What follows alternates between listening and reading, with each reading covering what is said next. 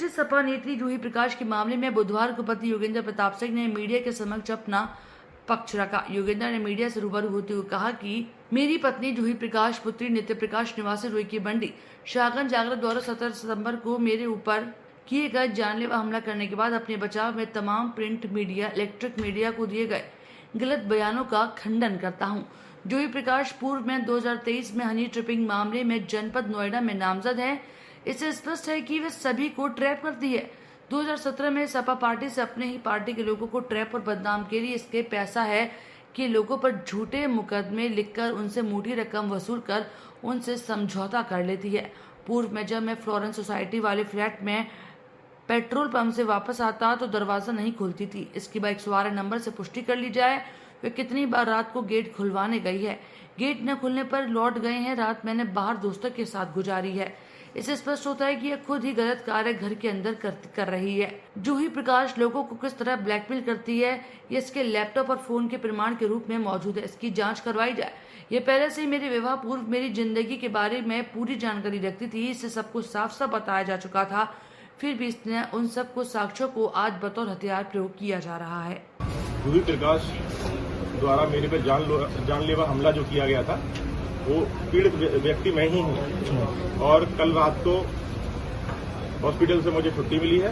इसलिए मैं आप सबके समक्ष अपनी कुछ बातें रखना चाहता हूँ। जूही प्रकाश जी ने मेरे ऊपर जितने दिन मैं हॉस्पिटल में रहा अनर्गल बयानबाजी करी है और बेबुनियाद आरोप लगाए हैं और बार बार वो बयान बदलती जा रही हैं। वो कहती हैं कभी कि हमारी लड़ाई इसलिए होती थी कि वो मुझे बसपा में लाना चाहता था जबकि मैं सपा की नेता हूं। कभी वो मीडिया से उन्होंने लिखवाया है कि हमारी लड़ाई इसलिए होती थी कि उनकी बहुत सारी लड़कियों से संबंध थे।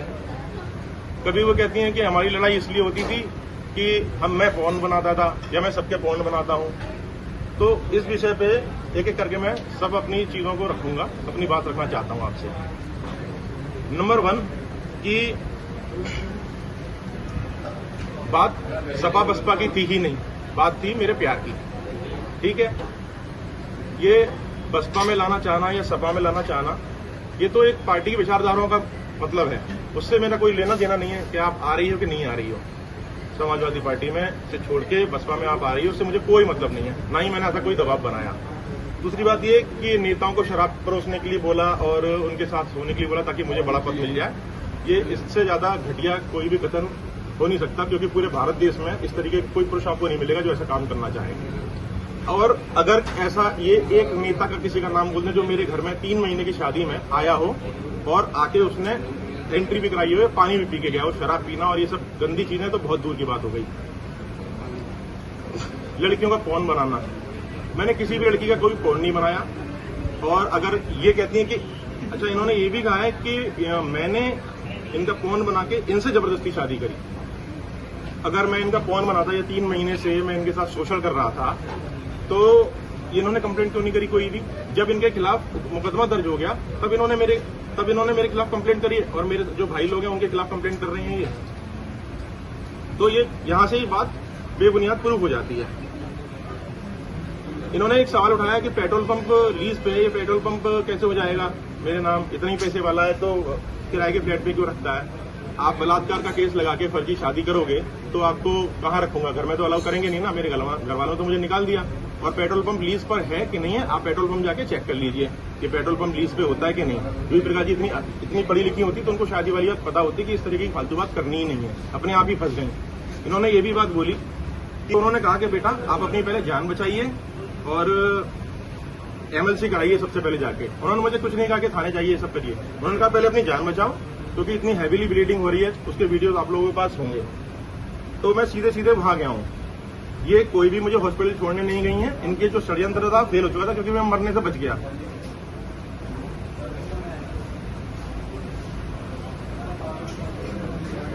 इनको सब कुछ मेरे बारे में पता है कि मेरा एक पास्ट है, ये सब कुछ जानती हैं। ये बोलती हैं कि इनके साथ में मैं अत्याचार करता रहा, इनके साथ में मैं वीडियो बनाता रहा। तो फिर ये मुझसे क्यों शादी करना चाहती हैं? इस बात का कोई सेंस समझ में आ रहा है आप लोगों को? मैं इनको इन्होंने एफआईआर में मेरे पापा और भैया का भी नाम लिखवाया। उसके बाद जो अभी एफआईआर का नाम और मेरे जितने भी दोस्त हैं उनका मारपीट में लिखवाया। और अभी जो एफआईआर इन्होंने कराना चाहिए मेरे एफआईआर के बाद में, तो उन्होंने उसमें मेरे दोस्तों का भी, सब लोग इनके साथ रेप ही कर रहे हैं क्या? कितने लोग रेप करेंगे इनके साथ में? और ये चुप बैठी रहेंगी?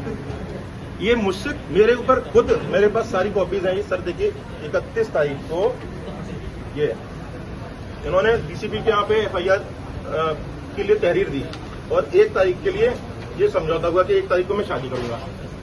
तो अब इस बात में कौन सी दोहराई थी? इन्होंने जो मेरे खिलाफ जो तहरीर दी थी बाद में ये वाली बात क्यों नहीं बोली कि मैं शादीशुदा हूं? जब मैंने पुलिस को सबूत दिए शादीशुदा होने के, तब इनकी जो चीजें थी वो निरस्त हुई।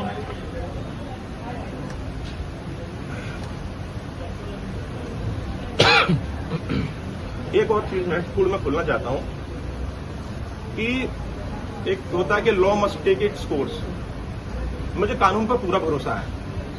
इन्होंने कहा कि पुलिस शिनाख्त करे, मैं अपना मोबाइल देने, जब पुलिस मांगेगी मैं अपना मोबाइल देने के लिए तैयार हूं। मेरा लैपटॉप वहीं पड़ा है, पुलिस को पूरी छूट है उस लैपटॉप पे ले जाके रिकवर कराएं डेटा और उसमें ढूंढ लें, जो कुछ भी चाहे ढूंढ सकते हैं वो। इन्होंने अपना फोन किस बात के लिए तोड़ा? जूही प्रकाश ने अपना फोन क्यों तोड़ा? उस चीज का रीजन बताएं जूही प्रकाश। उसमें किन किन नेताओं, किन किन अधिकारियों के साथ के संबंध की चीज इनके पास है। इनका रिकॉर्ड रहा है कि लोगों को बदनाम करने का, लोगों को ब्लैकमेल करने का और हनी ट्रैपिंग करने का इनका रिकॉर्ड रहा है। जैसे इनको टिकट मिलती है, बहुत सारी पोस्टें आई सोशल मीडिया पर कि किसको टिकट मिल गई, किसको क्या हो गया।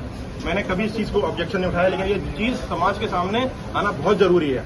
इनके पास एक लैपटॉप है, इनकी भाभी द्वारा मुझे पता चला था और मैं भी इनके घर पे गया हूं कई बार, तो वो सोनी बायो का लैपटॉप है, क्रीम कलर का, व्हाइट में क्रीम। वो उस लैपटॉप को पुलिस जब्त करे और देखे फिर किस किस आगरा में, पूरा आगरा शर्मसार हो जाएगा सर। उसमें किस किस लोगों की क्या क्या चीजें हैं और इनका पूरा रिकॉर्ड हिस्ट्री सब सामने आ जाएगी कि ये कितनी बड़ी ये हनी ट्रैपर लड़की है। ये मुझे मार नहीं पाई, उस चीज का इनका दुख है। मेरा मर्डर नहीं कर पाई, इस चीज का दुख है इनको। और ऊपर से इनके खिलाफ मुकदमा हो गया, इस चीज का दुख है। इसलिए रोज के रोज अनर्गल बयानबाजी करना मेरे खिलाफ ये बिल्कुल गलत है। इनके खिलाफ और भी बहुत सारे मुकदमे हैं जो मैं आपको अभी दे दूंगा। 2023 में इनके खिलाफ एक हनी ट्रैपिंग का और लड़कों को बदनाम करने का फर्जी आईडी तो इनकी इतनी है कि कुछ पूछो मत। इतनी फर्जी आईडी है कि एक बार साइबर क्राइम वाले कोई भी रिपोर्ट निकालेंगे तो उनके सच आंखों के सामने आ जाएगा।